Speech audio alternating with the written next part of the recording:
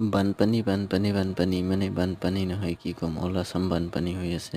তো হেল্ল' নমস্কাৰ and welcome back to my another mini blog. আৰু চেনেলটোত যদি নতুন আহিছে তেতিয়াহ'লে ছাবস্ক্ৰাইবটো কৰি দিব। ৰ'দ হওক বা বৰষুণ হওক আমিতো কাম কৰি খাবই লাগিব, কাম কৰি খোৱা মানুহ। তো কামলৈও যাব লাগে আৰু ৰাতিপুৱাই ওলাই আহিলোঁ কিমান পানী বাঢ়িলে।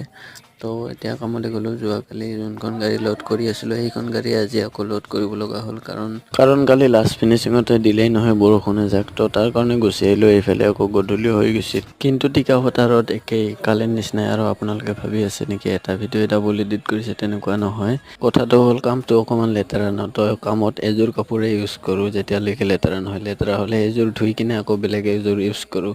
তো এইপিনে মিস্ত্ৰীয়ে আজিও মাল কাটি আছে এখন গাড়ী, আৰু আমি লোড কৰি আছোঁ। লোড হ'বই আজি আৰু লোড কৰি আছোঁ আৰু আপোনালোকে চাই আছে। আৰু আপোনালোকে যদি ফেচবুকত মিনি ব্লগটো চাই আছে তেতিয়াহ'লে ইউটিউবত গৈ কিনে ছাবস্ক্ৰাইবটো কৰি দিব। আৰু